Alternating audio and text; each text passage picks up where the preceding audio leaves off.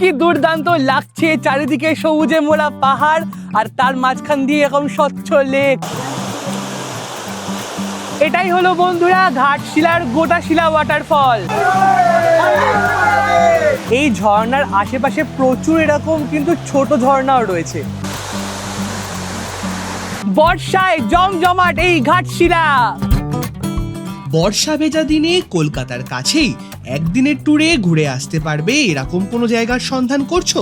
আমাদের পড়শি রাজ্য ঝাড়খণ্ডে লুকিয়ে থাকা তেমনই এক জায়গা হলো ঘাটশিলা। একদিকে যেমন রয়েছে সবুজে মোড়া পাহাড়, জঙ্গল, নদী, লেক, আবার অন্যদিকে রয়েছে অজস্র সব ঝর্ণা আর মন্দির। কলকাতা থেকে কিভাবে যাবে, কিভাবে ট্যুর প্ল্যান করবে, আর কত টাকাই বা খরচা হবে, এবং একদিন যদি থাকতে ইচ্ছা হয় তাহলে কোথায় থাকবে, সমস্ত তথ্য থাকছে আজকের এই ভিডিওতে। তাহলে চলো প্রথম থেকে শুরু করা যাক।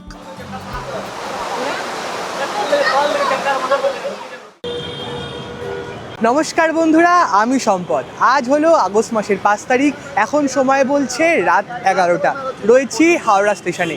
এইবার হাতে মাত্র একদিনের সময়, তাই বৃষ্টি মাথায় নিয়ে বেরিয়ে পড়েছি সবুজে মোড়া পাহাড়, ঝর্ণা, নদী আর নিস্তব্ধতায় ভরা ঘাটশিলার উদ্দেশ্যে। সকালে হাওড়া থেকে ঘাটশিলা যাওয়ার প্রচুর ট্রেন রয়েছে, তবে বর্তমানে সেগুলো এতটাই লেট করছে দিনের দিন গিয়ে আর ফিরে আসা সম্ভবই না বলতে গেলে। তাই রাতেই বেরিয়ে পড়েছি। এখন প্রথমে যাব খড়গপুর, তারপর সেখান থেকে আবার ট্রেন চেঞ্জ করে ঘাটশিলা পৌঁছবো। আমি হাওড়া থেকে ছেড়ে যাওয়া হাওড়া রূপসা মেমু করে খড়গপুর পৌঁছবো।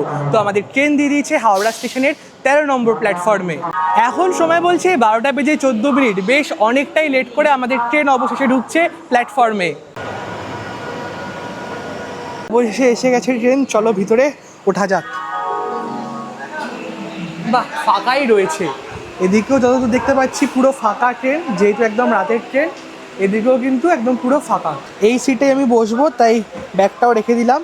রাতের ট্রেনগুলোর না এটাই মজা, একদম ফাঁকায় ফাঁকায় হাওয়া খেতে খেতে জার্নি করা যায়। এই মুহূর্তে সময় বলছে রাত 12টা বেজে 34 মিনিট। অবশেষে কিন্তু আমাদের হাওড়া থেকে ট্রেন ছেড়ে দিল প্রায় 40 মিনিট লেট করে। হাওড়া থেকে যদি তোমরা ঘাটশিলায় সরাসরি যেতে চাও, সেক্ষেত্রে আমি বলবো হাওড়া থেকে হাওড়া বারবিল জনশতাব্দী এক্সপ্রেস এবং ইস্পাত এক্সপ্রেস, এই দুটো ট্রেন হচ্ছে একদম বেস্ট ট্রেন, তোমরা সেগুলোতে যেতে পারো। আমি রাতের ট্রেন বেছে নিয়েছি, তার কারণ হাতে সময় পাওয়া যাবে, ভোর ভোর ঘাটশিলা পৌঁছে যাবো, সেক্ষেত্রে অনেকগুলো জায়গা দেখে নিতে পারবো। এটাই হচ্ছে মেন কারণ আর কি। যাই হোক, এবার ভাড়ার ব্যাপারটা তোমাদেরকে বলে রাখি। হাওড়া থেকে আমি ঘাটশিলা অবধি পুরো ডাইরেক্ট টিকিট কেটেছি, আমার ভাড়া পড়েছে মাত্র 45 টাকা। তোমরা এইভাবে রাতের ট্রেনে কিন্তু কম খরচায় পৌঁছে যেতেই পারো। এখন টানা ঘুম দেবো, সোজা খড়গপুরে গিয়ে তোমাদের সাথে কথা হচ্ছে।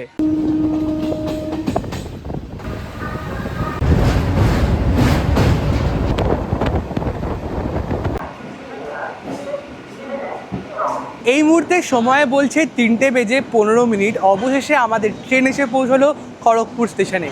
এই যে এখন ট্রেনটা বেরিয়ে যাচ্ছে, এটা যাচ্ছে সোজা উড়িষ্যার রূপসা অবধি। এখন একটু এখানেই ওয়েট করব। এর পরবর্তী ট্রেন আমাদের রয়েছে ওই 5টা বেজে 40 মিনিট নাগাদ। বেশ কিছুটা সময় প্ল্যাটফর্মেই কাটিয়ে দিয়েছিলাম। যাই হোক, আমাদের পরবর্তী ট্রেন খড়গপুর টাটানগর মেমু দিয়ে দিয়েছে আমাদের খড়গপুর স্টেশনের 3A নম্বর প্ল্যাটফর্মে। এখন এই ট্রেনেই উঠবো, একদম সামনের দিকে হেঁটে যাচ্ছি। এই হচ্ছে ট্রেন। এই ট্রেনও কিন্তু বেশ ফাঁকাই রয়েছে, লোকজন বলতে গেলে নেই, আরামসে জার্নি করা যাবে। এই হচ্ছে ভিতরটা, ফাঁকা সিট, সব ফাঁকা সিট। এই মুহূর্তে সময় বলছে সকাল 5টা বেজে 40 মিনিট। আমাদের ট্রেন ছেড়ে দিল খড়গপুর স্টেশন থেকে। ঘাটশিলা পৌঁছবে ওই সকাল 7টা বেজে 22 মিনিট নাগাদ। আর এরপর থেকেই শুরু হচ্ছে জঙ্গলের রাস্তা। একদিকে জয়নগর ফরেস্ট, একদিকে শালবনির জঙ্গল। সত্যি দুর্দান্ত, দারুণ সুন্দর, পাখির ডাক, ঘন জঙ্গল, সব মিলিয়ে কিন্তু মানে সবুজে মোড়া চারিদিক। যদি তোর ডাক শুনে কেউ না আসে, তবে একলা চলো রে। যদি তোর ডাক শুনে কেউ না আসে, তবে একলা চলো রে। একলা চলো, একলা চলো, একলা চলো, একলা চলো রে। এই মুহূর্তে সময় বলছে সকাল 7টা বেজে 54 মিনিট।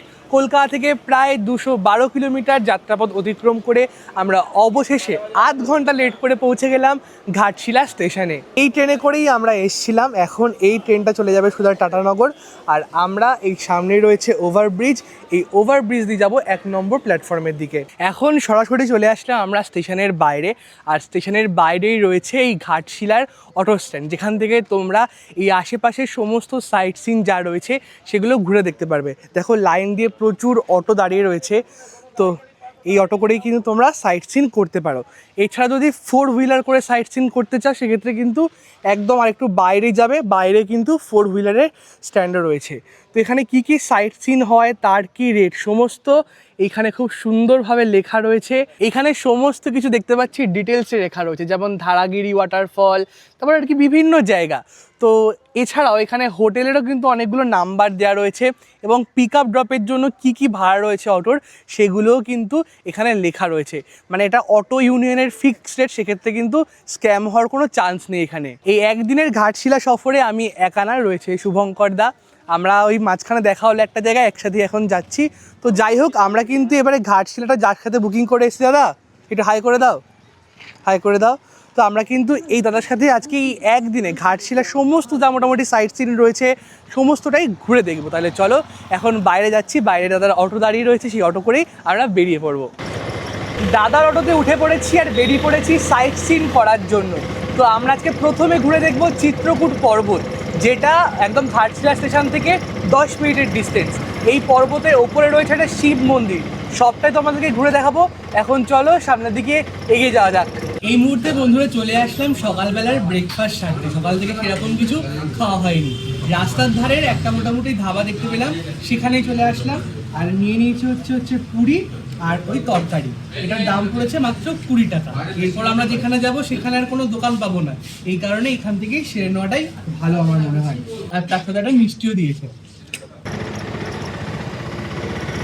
একদম প্রথমে আমরা এসে পৌঁছালাম চিত্রকূট পাহাড়ে। এখানে এই পাহাড়ের একদম উপরে রয়েছে একটা শিবের মন্দির, সোজা রাস্তা চলে যাচ্ছে, আমরা এই রাস্তা ধরেই একদম ওপরে উঠব। এইভাবে দেখো সিঁড়ি করা রয়েছে ধাপ ধাপ করে। অনেক মানুষ কিন্তু আসেন এই বর্ষাকালে ঘাটশিলা ঘুরবেন বলে। এই যে সামনেই রয়েছে শিবের মন্দির, আর এই পাশ দিয়ে কিন্তু একটা সিঁড়ি পথ চলে যাচ্ছে একদম এই পাহাড়ের একদম মাথায়। আমরা এই রাস্তা ধরেই সোজা উপরে উঠে যাব। আর বর্ষায় চারিদিকটা না এত সবুজ হয়ে উঠেছে, সত্যি দুর্দান্ত লাগছে। ওপরে একটা ভিউ পয়েন্ট রয়েছে, সেখান থেকে পুরো 360 ডিগ্রি এই ঘাটশিলা শহরের দারুণ সুন্দর ভিউ আসে। এখন সেই ভিউ পয়েন্টেই আমরা যাচ্ছি। সাবধানে উঠবেন, এই বেশ কিন্তু একটু চড়াই রাস্তা রয়েছে। এই মুহূর্তে একদম উপরে উঠে আসলাম, মানে চিত্রকূট যে পাহাড় রয়েছে, যে ভিউ পয়েন্ট রয়েছে, আমি এখন সেখানে রয়েছি। আর এখান থেকে চারিদিকটা যে কি দুর্দান্ত লাগছে, মানে কি বলবো, যতদূর চোখ যায় শুধু সবুজের সমারোহ আর সবুজের সমারোহ। আর দূরের ওই আবছা আবছা পাহাড়গুলো সত্যি মায়াবী দেখতে লাগছে। আর ওপরটা কিন্তু বেশ ঠান্ডা ঠান্ডা হাওয়াও দিচ্ছে, আসলে কিন্তু ভালোই লাগবে। যাই হোক, এখন আমরা আবার নিচে যাব, যে শিবের মন্দির রয়েছে সেখানটাও তোমাদেরকে দেখিয়ে দেবো। ওম নমঃ শিবায়। এই হচ্ছে নিচের শিব মন্দির, সবাই দেখতে পাচ্ছ জল ঢালছে।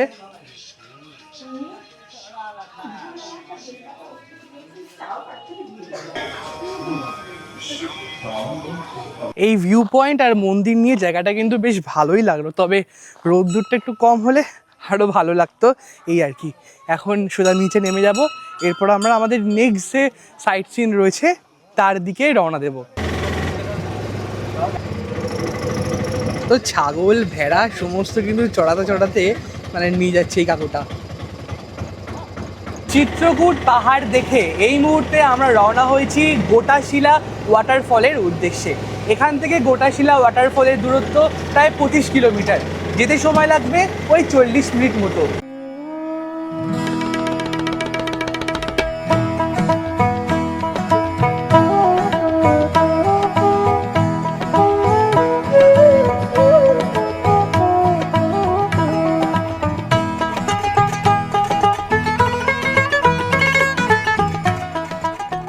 এই মুহূর্তে আমরা যে রাস্তার উপর দিয়ে যাচ্ছি, এই রাস্তার উপর দিয়ে শুনলাম নাকি হাতি চলাচল করে, মানে যখন তখন হাতির দেখা কিন্তু মিলতেই পারে। ভাবছি যদি এখন একটা দেখা যেত কেমন হতো ব্যাপারটা। এই মুহূর্তে আমরা এসে পৌঁছালাম গোটাশিলা ঘাগ ওয়াটারফল। এটা এই ঘাটশিলার অন্যতম সুন্দর এবং অফবিট একটা ওয়াটারফল। এই ওয়াটারফল সম্পর্কে গুগল বা ইউটিউবে সেরকম কোনো ইনফরমেশান আমি এক কথায় বলতে গেলে খুঁজে পেলাম না। আমাদের যে অটো দাদা রয়েছে আর কি, তিনি বললেন যে এই ওয়াটারফলটা চলো, দেখবে খুবই ভালো লাগবে। আর একদম কিন্তু চারিদিকে ঘন জঙ্গল, তার মাঝখান দিয়ে আমরা হেঁটে চলেছি। এখানে কিন্তু প্রচুর পরিবার পরিজন নিয়ে মানুষজন এসছে আর কি বেড়াবে বলে। আর সামনেই ওয়াটারফলের শব্দ শোনা যাচ্ছে। একদম সোজা একটা ছোট রাস্তা, আর একটু নিচে নেমে গেলেই ওয়াটারফল।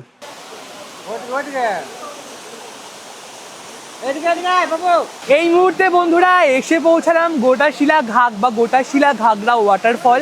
চারিদিকে ঘন জঙ্গল, তার মাঝখানে এই ওয়াটারফল অবস্থিত। দেখতেই পাচ্ছ কিন্তু প্রবল গর্জনে বয়ে চলেছে এই ওয়াটারফল।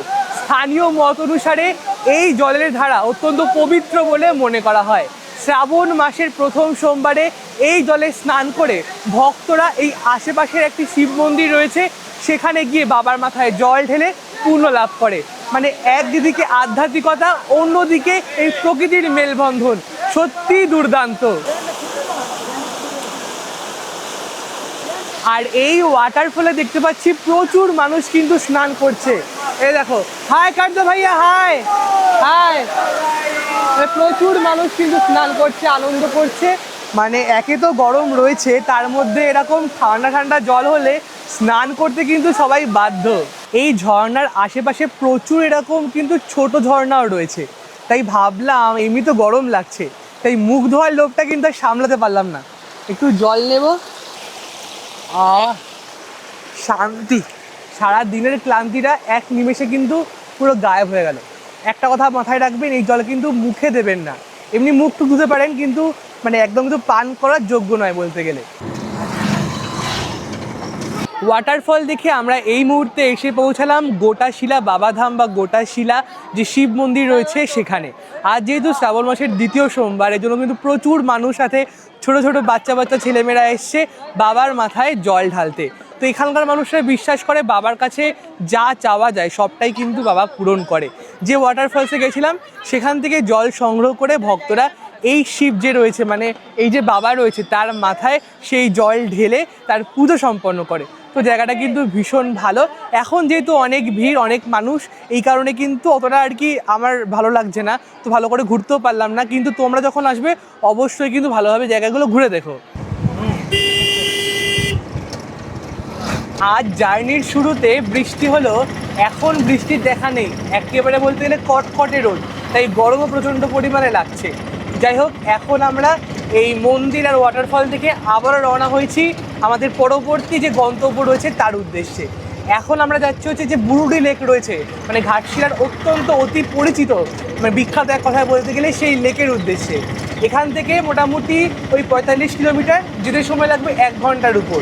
আর আমি এই যে দুটো সাইট সিন দেখালাম না, এটা খুব একটা ভিডিওতে দেখতে পাবেন না, তো যারা আসতে চান অবশ্যই কিন্তু আসতেই পারেন, ভালোই লাগবে।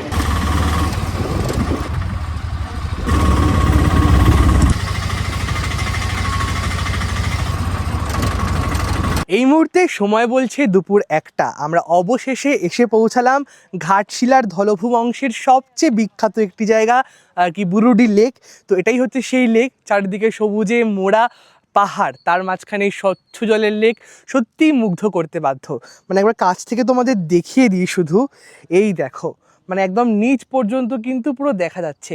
আমরা কাশ্মীরে যেমন ডাল লেক দেখি, ঠিক কিন্তু সেই রকম মনে হচ্ছে।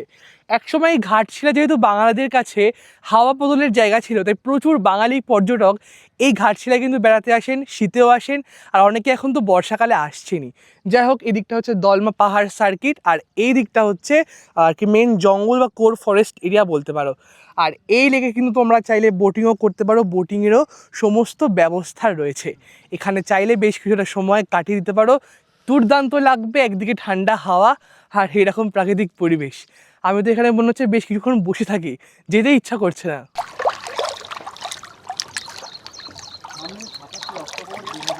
বেশ কিছুটা সময় লেকের পাড়েই কাটিয়ে দিয়েছিলাম। তো মোটামুটি এই জায়গাটা ফাঁকাই রয়েছে, শীতকালে প্রচুর মানুষজন আসে, বন্ধুবান্ধব পরিবারের সাথে পিকনিক করতে, তখন একেবারে মানে জায়গাগুলো গম গম করে, জমজমাট বলতে গেলে। বেশ বেলা হয়ে গিয়েছে, তাই চলে আসলাম হচ্ছে লাঞ্চ সারতে। এই যে বুরুডি লেক রয়েছে না, এর আশেপাশেই কিন্তু প্রচুর যে ভাতের হোটেল রয়েছে লাইন দিয়ে রয়েছে। তো সেরকমই একটা ভাতের হোটেল থেকে আমরা চলে এসেছি লাঞ্চ সারতে। নিয়ে নিয়েছি হচ্ছে ভেজ থালি। ভেজ থালিতে রয়েছে হচ্ছে ভাত, ডাল, একটা সবজি, আলু ভাজা, আর সাথে এক্সট্রা নিয়েছি আমরা হচ্ছে একটা ডিম ভাজা। তো যাই হোক, মোটামুটি ভেজ থালির দাম নিল 70 টাকা। তো এই দিয়ে লাঞ্চ সারবো। আমরা যেখানে লাঞ্চ করতে বসেছি মানে সেই জায়গাটা থেকে যে এই লেকের কি সুন্দর ভিউ আসে একবার দেখে নাও, মানে সত্যি দুর্দান্ত। যাই হোক, এরকম লেকের ভিউ দেখতে দেখতে লাঞ্চ করার মজাটাই আলাদা। কি শুভঙ্কর দা, কেমন খাবার দাবার? মানে ঠিকঠাক বলতে তাই তো? আচ্ছা, ঠিকঠাকই মোটামুটি, হ্যাঁ কিছু না। এছাড়া কিন্তু এখানে বিভিন্ন ধরনের মাছও পাওয়া যায়, আজকে অ্যাভেলেবেল নেই। এছাড়া রয়েছে দেশি চিকেন, মানে তোমরা চাইলে সেগুলোও নিতে পারো, অসুবিধা নেই। আর মোটামুটি দেখলাম দেশি চিকেনের প্রাইস বললো 250 টাকা পার প্লেট। এখন খাওয়া দাওয়া শেষ করে চলে আসলাম এই বুরুডি লেকের বোটিং পয়েন্টে। দারুণ সুন্দর হাওয়া দিচ্ছে, বিকেলও হয়ে গেছে। আর দেখো এইভাবে কিন্তু সামনে রয়েছে বোট, এখান থেকে তোমরা চাইলে কিন্তু আর কি একদম বোটিং করতে পারবে। আর নিচে নামতে নামতে এসে ঝমঝম করে বৃষ্টি, সামনে হচ্ছে বোট দাঁড়িয়ে রয়েছে। পার হেড মাত্র 100 টাকার বিনিময়ে তোমরা এই বোট রাইড করতে পারো। ঝমঝম করে বৃষ্টি শুরু হয়ে গেছে, মানে ঘাটশিলায় এসছি আর বৃষ্টি হবে না তাকে কখনো হয়? সত্যি এবার বর্ষায় এই ঘাটশিলা আসা সার্থক।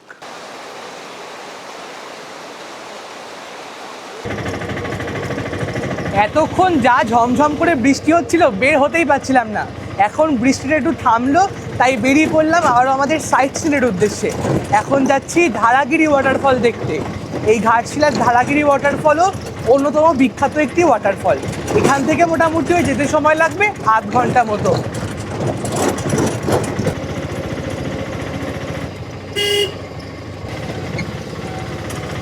এই মুহূর্তে বন্ধুরা এসে পৌঁছালাম ধারাগিরি যে ওয়াটারফল রয়েছে সেই রাস্তায়। আমাদের অটো নামিয়ে দিয়েছে, আর বেশ কিছুটা সময় আমরা হাঁটছি এখান দিয়ে। চারপাশে হচ্ছে জঙ্গল। তো এখানে কিন্তু গাইড তোমরা চাইলে নিতে পারো। তো আমার সাথে হচ্ছে শুভঙ্কর দা এসছে, সে কিন্তু বহুবার এই জায়গাটাতে এসছে সেক্ষেত্রে। আর আমরা আর গাইড নিইনি, তোমরা যারা প্রথমবার আসছো তারা গাইড চাইলে নিতে পারো। ওই 50 থেকে 70 টাকা এরা নেয়। আর দেখো কি সুন্দর করে জল যাচ্ছে, আর আমরা এখন এই পার হয়ে যাব ওই দিকে। এই জায়গাগুলো সাবধানে পার হবে, বেশ কিন্তু শ্যাওলা হয়ে রয়েছে, তো পা কিন্তু হড়কে যাওয়ার একটা সম্ভাবনা থেকেই যায়। জায়গাটা সত্যি দুর্দান্ত, মানে চারিদিকে হচ্ছে একদম পাহাড় উঁচু উঁচু সবুজে ঢাকা। তার মাঝখান দিয়ে আমরা এখন হেঁটে চলেছি। এখন অনেকটা বেশ হাঁটা রয়েছে, তারপর আমরা ওয়াটারফলসে গিয়ে পৌঁছবো। আর রাস্তায় দেখুন কি সুন্দর সুন্দর বাচ্চারা, মানে এই শাল পাতা নিয়ে কিন্তু একেবারে খেলাধুলা শুরু করে দিয়েছে। আমরা ওয়াটারফলের দিকে যাচ্ছিলাম, আমাদেরকে যেতে দেবে না, বলছে আগে পয়সা দিতে হবে তারপর রাস্তা। কি রে, কি খবর তোদের? এরকম করছিস কেন? যেতে দিবি না নাকি? হ্যাঁ, ধর ধর, এটাতে কিন্তু খাবারই খাবি, ঠিক আছে? চল। ওকে 10 টাকা দিয়ে দিস। হ্যাঁ, বিস্তীর্ণ মাঠ পেরিয়ে এখন আমরা একদম জঙ্গলের মধ্য দিয়ে একটা রাস্তা ধরে সামনের দিকে এগিয়ে চলেছি। দুই পাশে ঘন জঙ্গল, পাখির কিচিরমিচির, ঝিঝি পোকামাকড়, নানান ডাক কিন্তু শুনতে পাচ্ছি। সত্যি মানে এরকম যে অভিজ্ঞতা এসে এই জায়গায় হবে আগে ভাবিনি। এর আশেপাশে কিন্তু প্রচুর গ্রাম রয়েছে, তো সেক্ষেত্রে কিন্তু কোনো বন্য আর কি জন্তু পালার কোনো ভয় নেই। আর এখানে সেরকম অসুবিধা হবে না, বাট একটু হাঁটতে হচ্ছে এই আর কি। মানে যারা বয়স্ক আসছে অসুবিধা হবে না, ফ্ল্যাট রাস্তা। অনেকটাই এসে পড়েছি হাঁটতে হাঁটতে, আরও বেশ কিছুটা আমাদের যেতে হবে। এই জায়গাও এরকম কিন্তু দোকানপত্র ব্যবস্থা রয়েছে, বিভিন্ন ধরনের জিনিসপত্র, এখানে লজেন্স টজেন্স বিক্রি হচ্ছে। এই যে ওয়াটারফলসের জলগুলোই কিন্তু ওপর থেকে নিচ দিয়ে এইভাবে নেমে আসছে। আমরা আরও সামনের দিকে এগিয়ে যাব। প্রচুর জল, এই বর্ষাকাল, এই বর্ষায় তো এত জল থাকে, তার জন্যই এই ওয়াটারফলগুলো দেখতে এতটা সুন্দর লাগে। যারা শীতে আসবে আসবে, বাট আমি বলবো বর্ষা একবার এই ঘাটশিলা একবার ঘুরে আসো। এ দেখো জল পড়ছে এখান দিয়ে। এই মুহূর্তে বন্ধুরা জঙ্গলের মধ্য দিয়ে এসে পৌঁছালাম অবশেষে ধারাগিরি ওয়াটারফল। সামনেই রয়েছে একদম ওয়াটারফল, অঝোর গতিতে কিন্তু বয়ে চলেছে। আমি চেষ্টা করছি একদম সামনে যাওয়ার, এরকম কিন্তু পাথর কিছু রয়েছে, দেখি যাওয়া যায় কি না।